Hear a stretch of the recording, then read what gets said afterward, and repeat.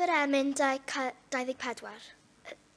O cenwch fawr i'r arglwydd, y ddaear fawr I gyd, ac cameuach awdwriaeth, morienwch ef o hyd. Mynegwch ei ogoniant tra dyrchafedig yw, mae'n ben gorchew y diwiau, mae'n arglwydd dynol ryw. Rhowch iddo aberthmoliant ymgrymwch ger ei fron, yn brydferth mewn sancteiddrwydd, molienwch ef yn llon, ac ofnad pob creadur, yr hwn sy'n dal y byd, ymlawen had yn efoedd a'r ddaear ynddo'n hyd. Rhif yr emyn 24.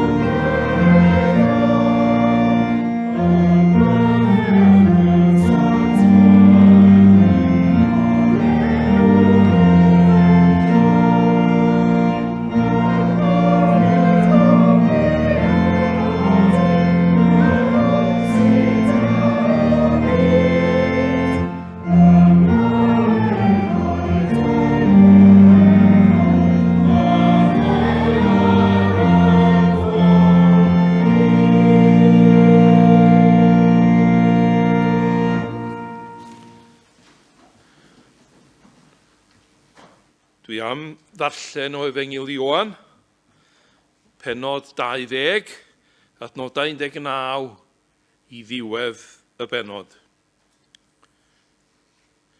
Gyda'r nos, ar y dydd cyntaf hwn o'r wythnos, roedd y drysau wedi cloi lle roedd y disgyblion, oherwydd ei bod yn ofni'r Iddewon. A dyma Iesu'n dod ac yn sefyll yn ei canol ac yn dweud wrthynt, tangnefedd I chwi. Wedi dweud hyn, danghosodd ei ddwylo I ystlys iddynt. Pan welsant yr arglwydd, llawen ychodd y disgyblion.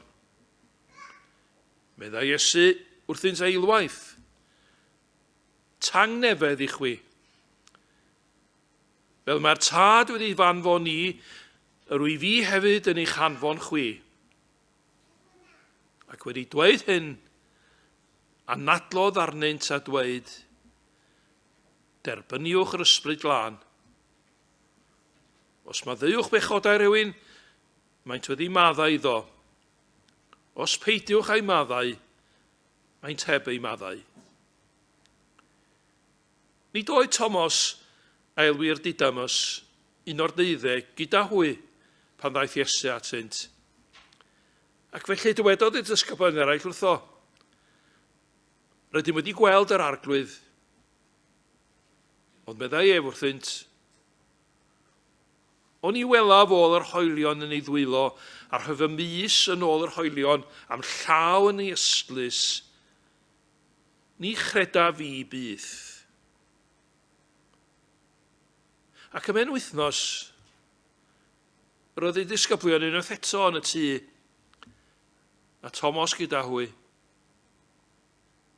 A dyma Iesu'n dod, bod y drysau wedi cloi, ac yn sefyll yn y canol a dweud, tangnefedd I chwi. Yna meddai wrth Thomas, estyn dy fys yma, edrych ar fy nwylo, estyn dy law a'i rhoi'n fyslus. A phaid a bod yn angredadyn, bydd yn gredadyn. Atebodd Thomas ef, fy arglwydd am Duw. Dywedodd Iesu wrtho, a am i ti fy ngweld i, rwy ti wedi credu. Gwyn ei byd yr rhai a gredodd, heb iddynt weld. Yr oedd llawer o'r wyddion eraill yn wir a wnaeth Iesu yngwydd i ddisgyblion. Nad ydynt wedi cofnodi yn y llyfr hwn. Ond mae'r rhain wedi cyfnodi mwyn i chwi gredu mae Iesu yw'r Meseia, mab Duw, ac mwyn i chwi drwy gredu gael bywyd yn ei enw ef. Benithiad Duw'r ysgythyr i ni mwyn i enw. Amen. Dwi wedi bod o Tesco bora. O diolch i chi am bod bora yma. Oes gan rywun un o'ch chi gyfraniad, gan ddweud adnod ei benydd, sgwyddoch chi gyfraniad bora? Na? Oce.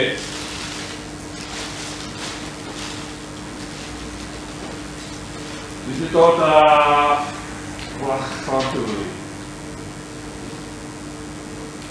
Be sy'n gwneud hon i weithio? Be sy'n rhaid gael yn hon i wneud i weithio? Ia, dyda? Y batri. Batri. Bydd rhaid cael batri. Oes. Dwi'n credu bod yna 2 batri gyda ni fan'na.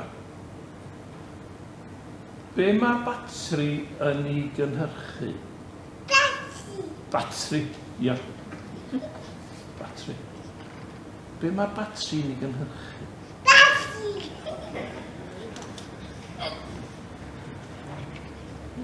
Rwy'n dweud? Egni. Ia. Egni. Pwer. Neu rym. Dyna mae o'n ei gynhyrchu. Egni, pwer, neu rym. A dwi'n gorfod rhoi batris newydd yn hon. Wel, bosib rhyw unwaith bob 2 mis. Unwaith bob blwyddyn. Yn para hir. Mae hwn gen i hefyd. Ffôn symudol, wrth gwrs. Na, ffôn symudol i hon. Be di'r gwahaniaeth rhwng hwn a hon i'n belled y mae rhoi grym neu bwer yn weithio? Chi'n chargio ffôn a chi'n batri gyfer. Chargio, gwirw, chargio ffôn. Be di'r gair Cymraeg am chargio? Gwefru? Ia. Dwi'n gorfod gwefru hon. A dwi'n rhoi grym neu bwer batri hon 2 waith y flwyddyn y bosibl. Ond, ar gyfer hon, mae rhaid i mi gael charger. Gwefrwr, ia, gwefrwr ydy'r gair. Mae rhaid i mi gael gwefrwr. A bob tro, pryd dwi'n gallu gorfod gwneud hwn?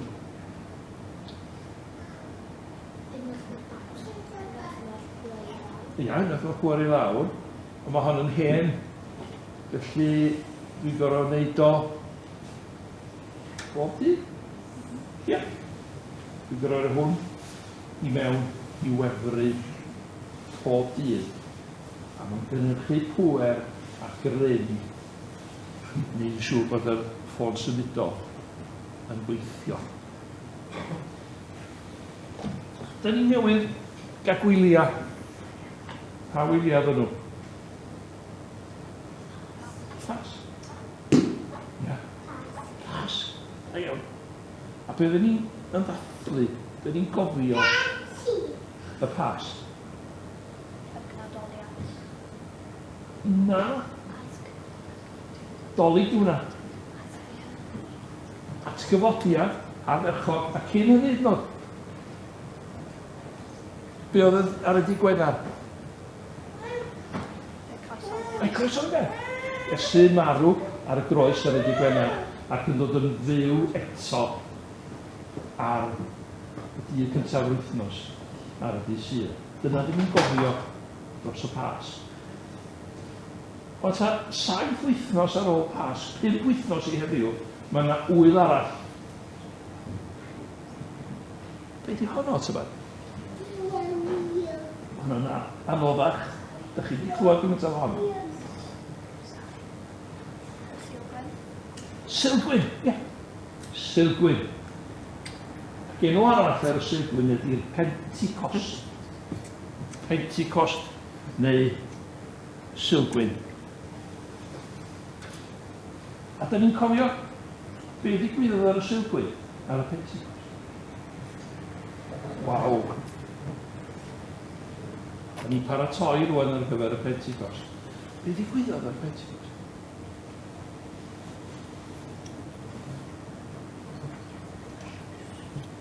Wel, mi nath Duw anfon i ysbryd glân. Dio ddim yn hawdd. Dio ddim yn hawdd i ni, fel oedolion i ddeall. Ond fe anfonodd Duw i ysbryd glân. I roi pwer, grym, nerth i ddisgyblion. Ac ar y Pentecost, tua 2000 o flynyddoedd yn ôl bellach, fe ddechreuodd yr Eglwys Gristnogol. Felly, da ni'n dathlu pen blwydd yr Eglwys mewn ffordd ar y Pentecost.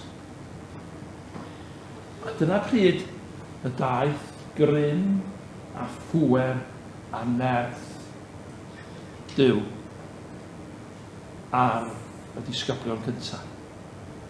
A'i gwneud nhw yn bobl oedd brwdfrydig ac ar dan i sôn am Iesu Grist wrth bawb arall. A mae Duw rhoi yr ysbryd glân i ni hefyd. Pawb sy'n dilyn Iesu Grist, mae'n rhoi ysbryd glân i ni. Mae'n rhoi nerth, mae'n rhoi grym i ni i gario'i waith o mlaen yn y byd heddiw, yng Nghymru ac yn y byd heddiw. A dyna pam mae eisiau plygio mewn bob dydd. Eisiau gofyn i Dduw bob dydd, a dyn ni'n siarad â fo mewn gweddi. Neu di roed grym a phwer yr ysbryd glân i mi heddiw, mwyn i mi allu gwneud dy waith di.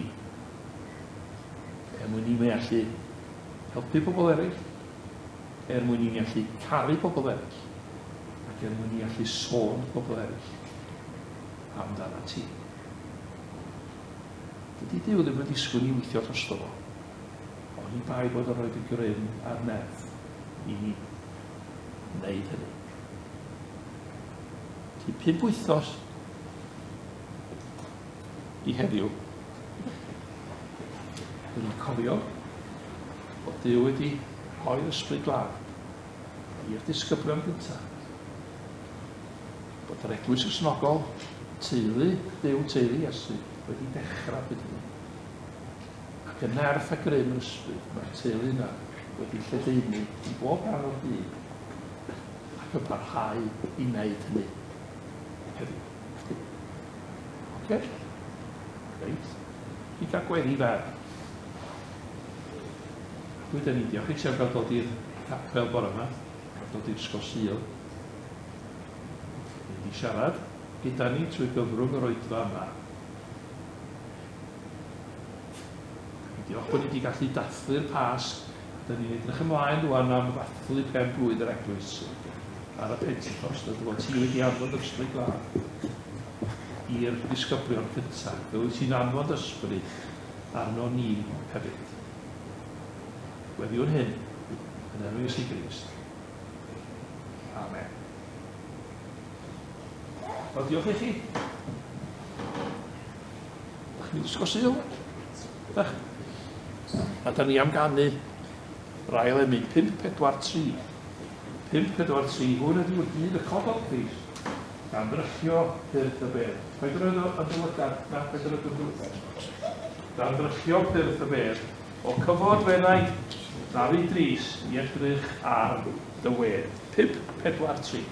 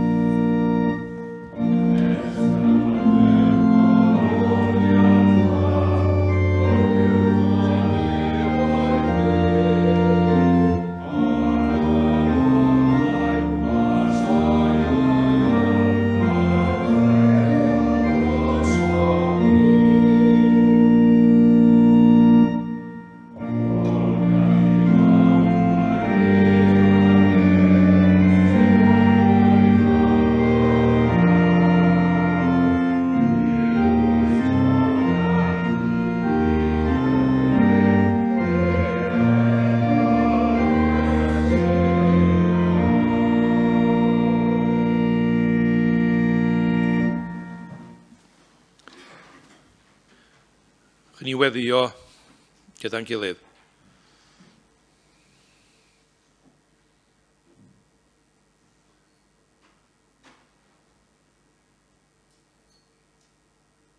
A ni'n diolch Arglwydd am gael addoli bore yma, am gael dyrchafyd enw di a chanmol enw Iesu Grist gyda'n gilydd. Ac wedi am i'r ysbryd glân weithio ynom a thrwyddom.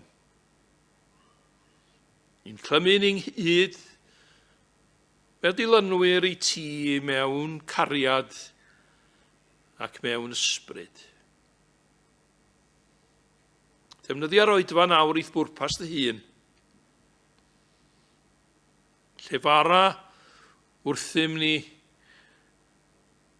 drwy'r oedfa hon. A dy roi ni lawenydd a gorfoledd wrth i ni addoli. Da ni'n cyflwyno'n gilydd i ti. Da ni'n wahanol, mae'n anghenion ni'n wahanol, mae'n amgylchiadau ni'n wahanol bore yma. Ni di'n bendithio ni. Gwrth i ni rannu'n anghenion a thi Arglwydd, ni di gyfarfod ar anghenion hynny. Yn ôl dewellus ac yn ôl dy ddoethineb dy hun. Diolch i ti am edrych ar yn hola ni ar hyd wythnos arall. Am bob cynhaliaeth, materol ac ysbrydol, da ni wedi dderbyn. Yn profiad ni Arglwydd, trwy'n gydol yn bywyd ydy dy fod ti wedi bod yn dduw hawdd y gael mewn oriau llawen ac mewn oriau anodd. Mewn llwyddiant ac mewn cyfyngder. Ac oherwydd hynny, da ni am ddiolch a dyrchafyd enw bore yma. Yn ein reolaeth, da ni'n gweddio dros rhai gwyddon ni amdanyn nhw y bore yma sydd angen i'n gweddiau ni mewn gwahanol ymgylchiadau.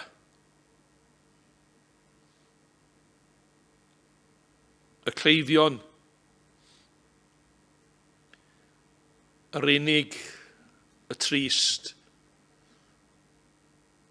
yr rhai sy'n mynd profedigaeth,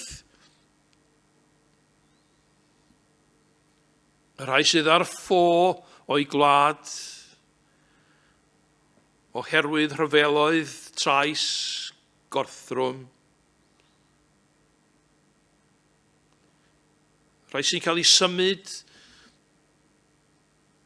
o'i gwlad heb bod nhw eisiau gwneud hynny. Merchaid yn cael ei trafferth. Rhaid cael ei dal mewn rhwyd o drais yn y cartre a thrais yn y gymdeithas.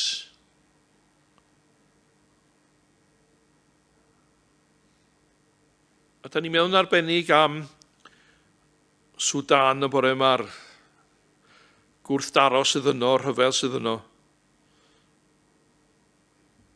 Mae'n ymdrechio i ddod â heddwch unwaith eto. A da ni'n cael i weddio arglwydd am heddwch yn Sudan ac ar gyfandir Affrica yn gyffredinol. Ac wrth gwrs ar yn cyfandir mi ni yma yn Ewrop. Da ni'n gweddio am heddwch hefyd rhwng Rwsia ac Wcrain. Mae yna gymaint o anghenion yn y byd. Gwna ni'n hael ein rhoi. Gwna ni arglwydd yn bobl sydd yn barod i sefyll dros gyfiawnder, dros hawliau rhai sy'n cael ei sathru dan draed. Yma, yn ein dinas ni yng Nghymru ac ar hyd a lled y byd. Hyrwydda weinidogaeth a chenhadaeth Eglwys yn y byd. Gad iddi fod yn sianelau i dy gariad di a dy ofal di i gyrraedd pobl eraill.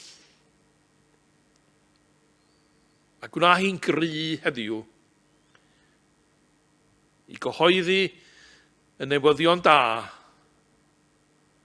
am y Cris byw sydd yn waredwr ac yn arglwydd. Chi'n cloi arglwydd da ni am gyffesu'n pechodau. Bechaduriaid yda ni. Da ni wedi syrthio'n fyr lawer gwaith. Maddau ni am hynny.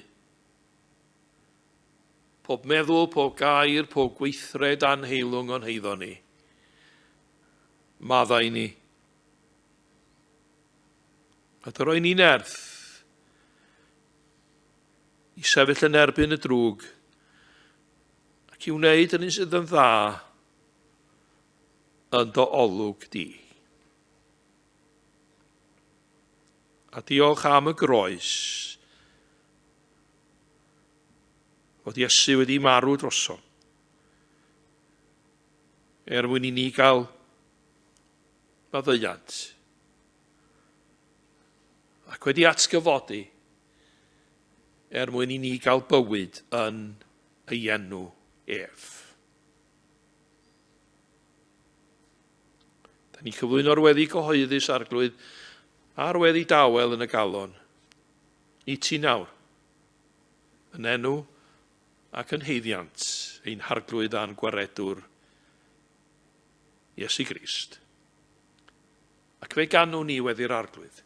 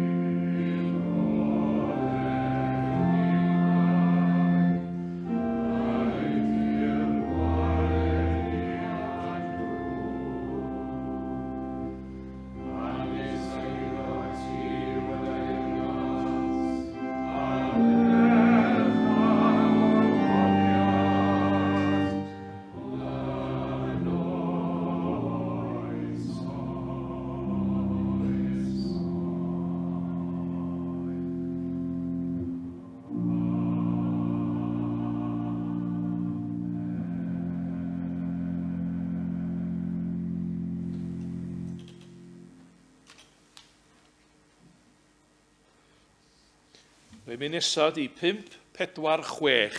5-4-6. Nôl marw brenin hedd a'i ffrindiau gyd yn brydd. A'i roi mewn newydd fedd cyfodau'r sydu dydd. Boed hyn mewn cof gan Israel Duw. Mae roen a laddwyd eto'n fyw. 5-4-6.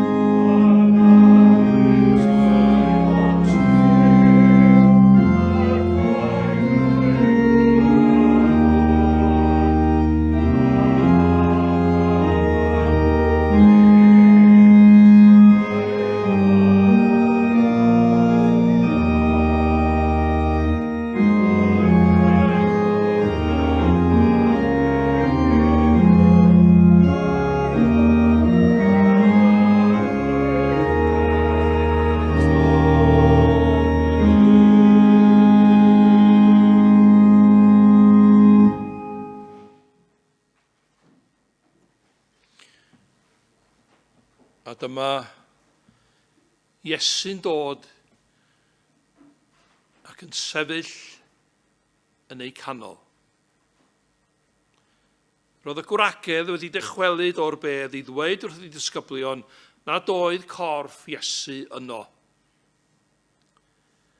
Ac fod Pedr ac Iwan wedi rhedeg at y bedd i weld dros ynt eu hunain, eto, doedden nhw ddim yn siŵr iawn beth i'w wneud o'r cyfan. Oherwydd nid oeddynt eto wedi deall, rhaid na ddywed yr ysgrythyr fod yn rhaid iddo atgyfodi oddi wrth y meirw. A dyma'r newydd yma'r atgyfodiad yn dechrau lledu. Ac nad oedd y disgyblion yn barod i gredu'r y dechrau a Thomas yn mynnu prawf, eto, wedi ddyn dod wyneb yn wyneb â Crist atgyfodedig, fe fy'r profiad hwnnw draws newid ei bywydau yn llwyr.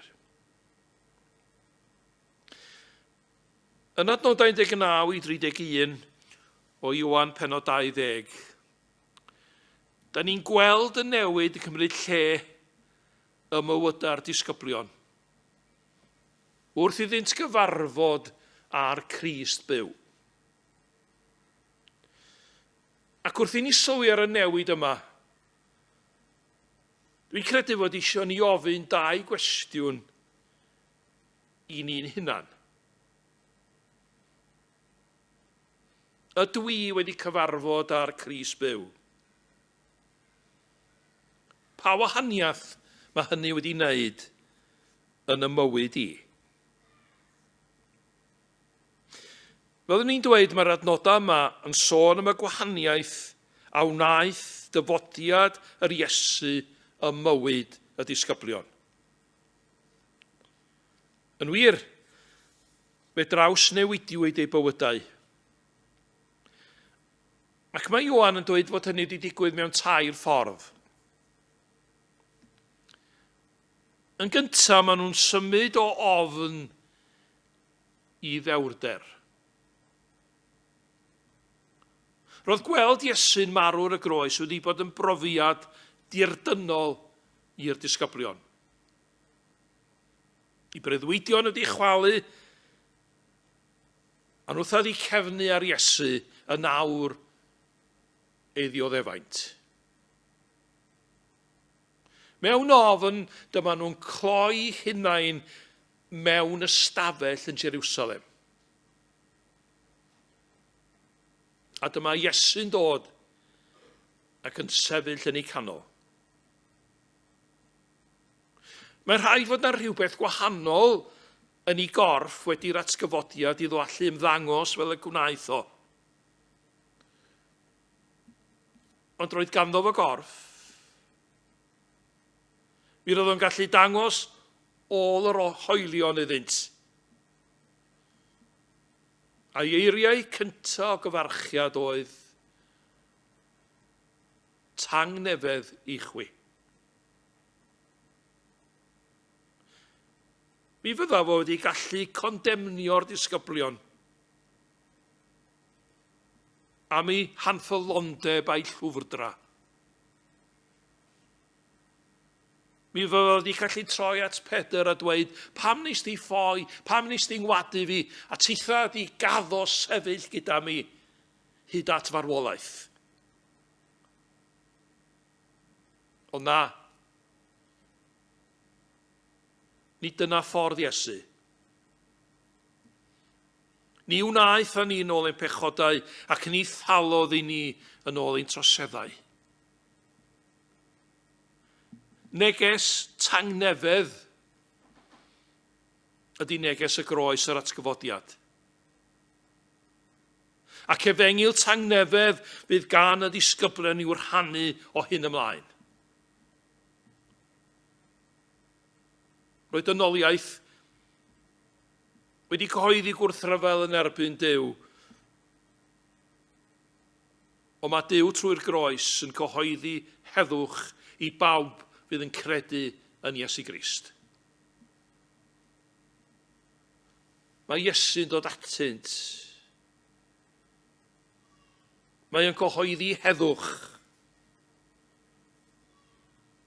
Ac wrth wneud hynny, mae yn gwneud tri pheth. Peth cyntaf mae'n wneud iddi codi calon y disgyblion. Mae Iesu'n dangos i glwyfau, drychwch fi sydd yma, dwi wedi atgyfodi, ni drychiolaeth ydw i. Does i'm eisiau chi ofni dim. Ond roedd y clwyfau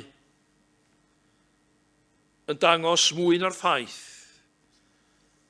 Mae Iesu oedd yno.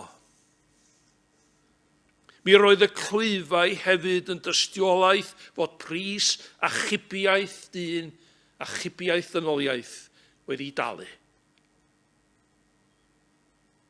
A bod dynoliaeth bellach yn wir mewn cymod a Duw oherwydd rynawnaeth Iesu drosom drwy'r groes yr atgyfodiad. Bu Iesu farw drosom. Daeth yn fyw drachefn mewn buddigoliaeth. Yn awr trwy'r ysbryd glân, mae o'n fyw yn omni. Ydy, mae'n ddangosiad Iesu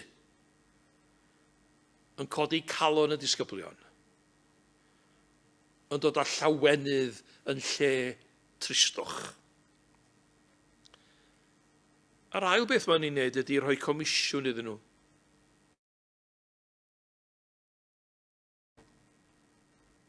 Fel mae'r tad wedi fanfon ni, yr wy fi hefyd yn ei chanfon chi. Dwi wedi gorffen y gwaith mae'r tad wedi fanfon i'r byd i'w gyflawni. Chi'n cofio un o eiriau ola Iesu y groes oedd gorffenwyd. Dwi wedi gorffen y gwaith. Dwi wedi gorffen y dasg o achub dynoliaeth. Chi rwan sydd wedi gario'r gwaith ymlaen. I ledaenu'r newyddion da am y groes yr atgyfodiad i bob rhan o'r byd. Rhannu newyddion da yr efengil gyda phawb. Ych chi fraint? Ych chi gyfrifoldeb? Iesu ni hanfon allan i wneud y gwaith yr oedd o wedi ddechrau. Ac allwch chi ddychmygu fod na wefr arbennig yng nghalon y disgyblion. Ei holl wendida roedd Iesu'n ymddiried ei waith iddyn nhw. Rhan fwyaf nhw'n bysgotwyr cyffredin yn môr Galilea. Dyma chi rai wedi wadu a chefnu arno y nawr iddi o ddefaint, ond y nawr dyma Iesu yn rhoi comisiwn iddyn nhw i gario ymlaen i weinidogaeth ar y ddaear. Ac nid yn unig mae'n galw ni gyflawni gwaith arbennig, ond mae'n rhoi nerth iddyn nhw gyflawni'r gwaith hwnnw. Ac wedi dweud hyn, anadlodd arnynt a dweud derbyniwch yr ysbryd glân. Mi fyddai wedi bod yn amhosibl i'r disgyblion gyflawni'r gwaith yn ei nerth eu hunan. Mae Iesu'n anadlu'r ysbryd glân arnynt i'w galluogi fod yn dystion iddo. Ac ar ddydd y Pentecost, chydig wythnosau ddiweddarach, fe fydda'r ysbryd glân yn dod mewn nerth i'w harfogi a'i nerthu i gyflawni'r gwaith fel disgyblion Iesu Grist. Allwn ni na chwaith. Ni'n cyflawni gwaith Iesu. Ni'n bod yn ddisgyblion ac yn dystion effeithiol iddo fo. Ond y nerth yr ysbryd glân. Dyna'r newid. Trwy'r Iesu ddod atynt, mae hofnau yn diflannu. Maen nhw'n cael sicrwydd i fod o'n fyw. Maen nhw'n derbyn heddwch a thangnefedd.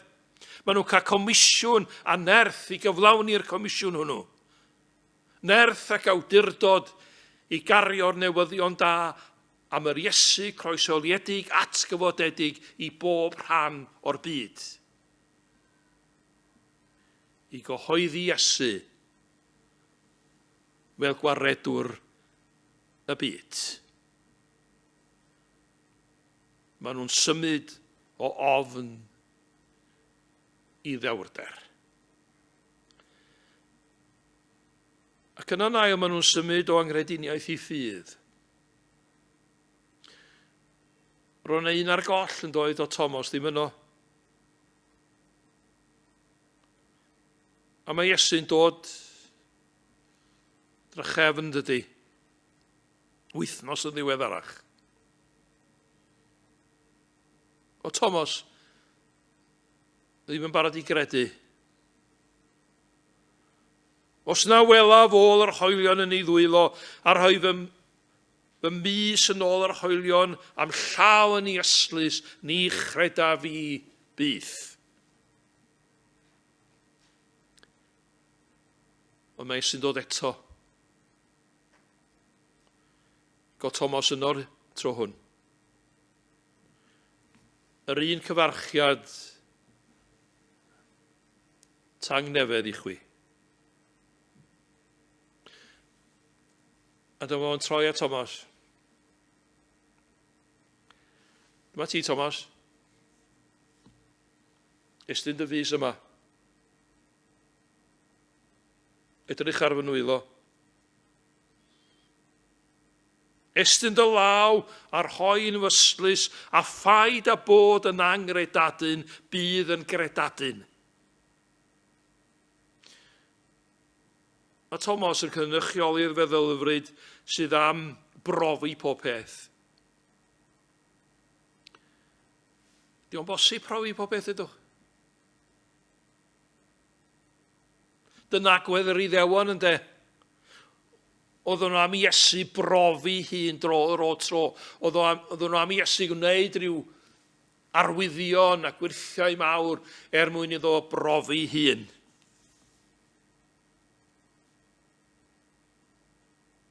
Thomas, drycha. Fi sydd yma. Dyma'r prawf. Fy nwylo amhyslus. Fy mod i'n fyw.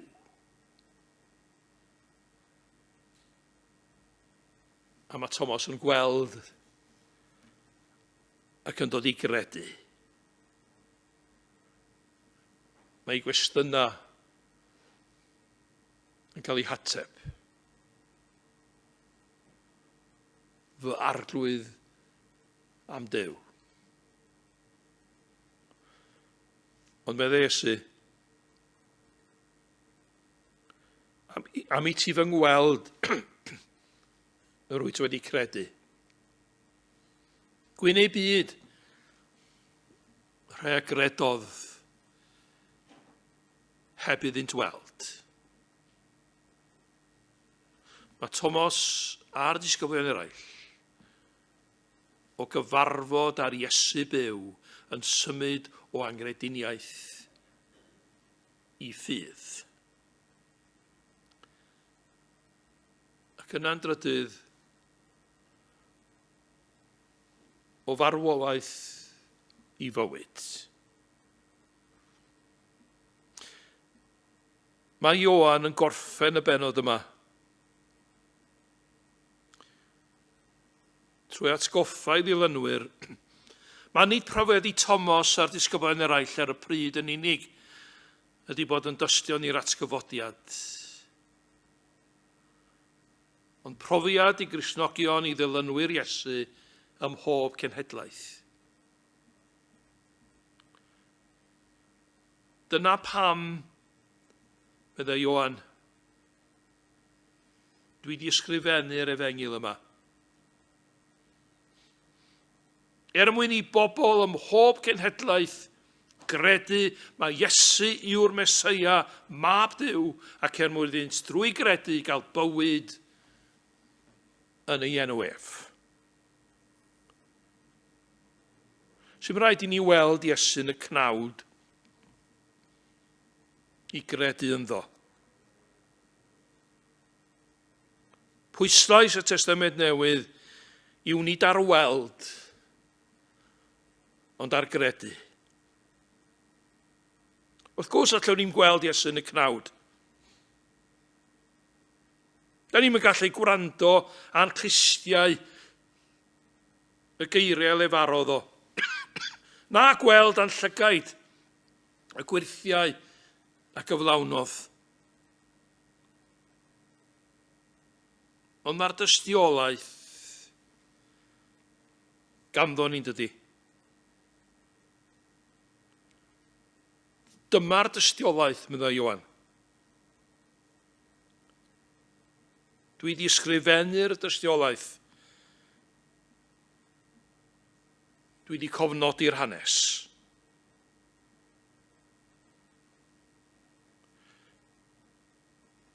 Mae yna bobl sy'n deud o hyd, dwi'n yn credu'r Beibl.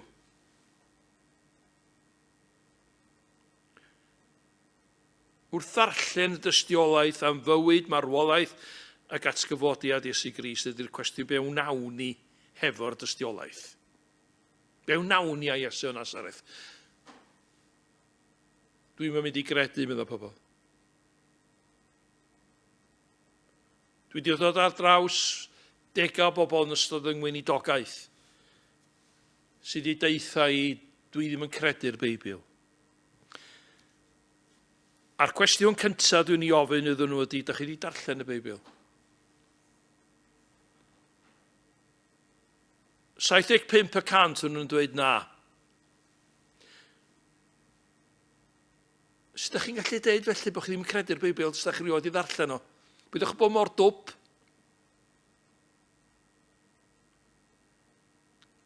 Da chi wedi darllen y dystiolaeth?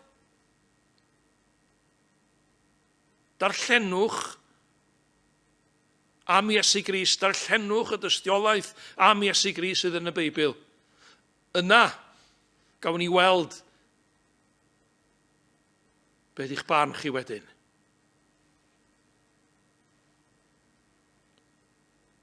Mae yna bobl sydd wedi dod ata i, rhai nhw'n flynyddoedd wedi hynny, ac yn dweud, do, mi nes i wneud beth chi wedi ddeithio am wneud. Mi ddarllenais i'r Beibl dros o fy'n hunain. A waw! Waw, mae'n fendigedig. Sa'n byd tebyg iddo fo. Dwi wedi dod i gredu.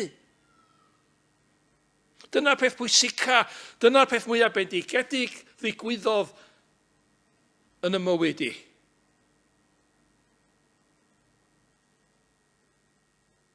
Dwi wedi gweld drosto fy hun. Mae Iesu di'r gwaredwr. Ac mae hynny wedi rhoi pwrpas a llawenydd i mywyd un o dogeni ma'n o'r blaen. Un peth sydd yn berffaith sicr. O ddyddiau cychwyn yr eglwys dros 20 canrif, pan mae pobl wedi weld ac wedi rhoi ffydd a'i hymddiriadaeth yn Iesu Grist, mae bywydau'n cael ei trawsnewid. Yng ngeiriau'r Testament Newydd, maen nhw'n dod o farwolaeth i fywyd. Do fe newidiwyd bywyd y disgyblion. Wnaethon nhw ofn i ddewrder. Fe newidiwyd Thomas o fod yn angredadyn i fod yn gredadyn. Mae Ioan ar ddiwedd y benod yma yn ein gwahodd ni i ymddiried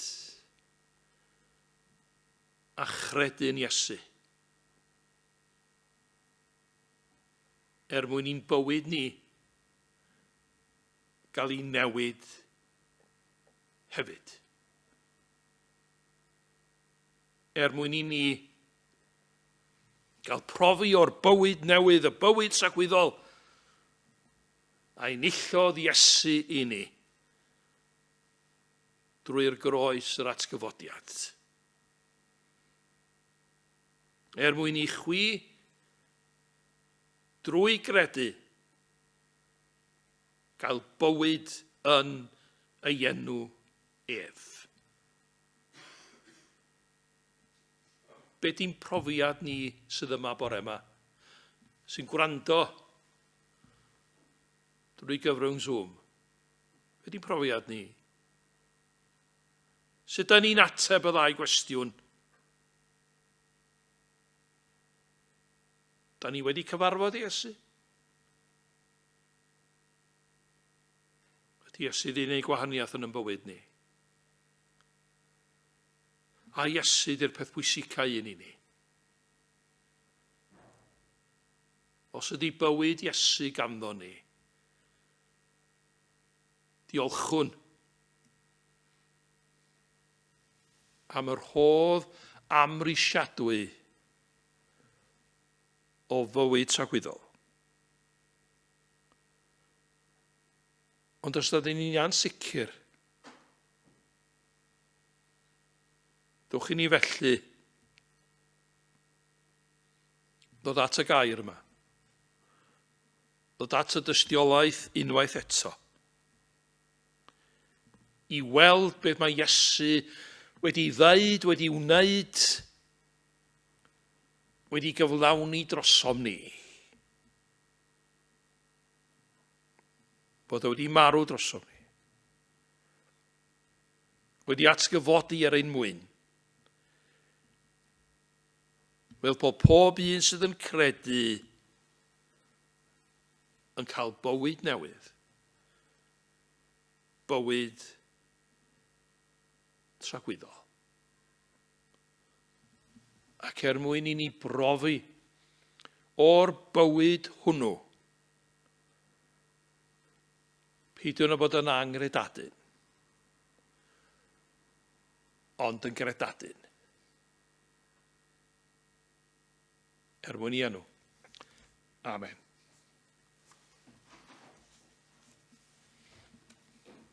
Ac i gloi'n hoedfa, ganwn ni 562, 562.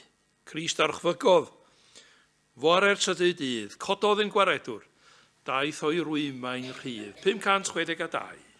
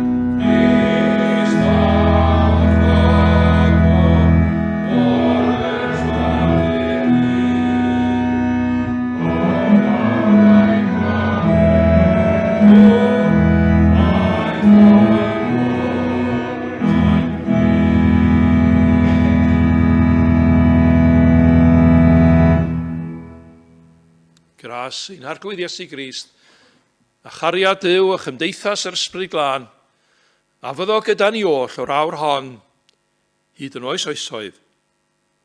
Amen.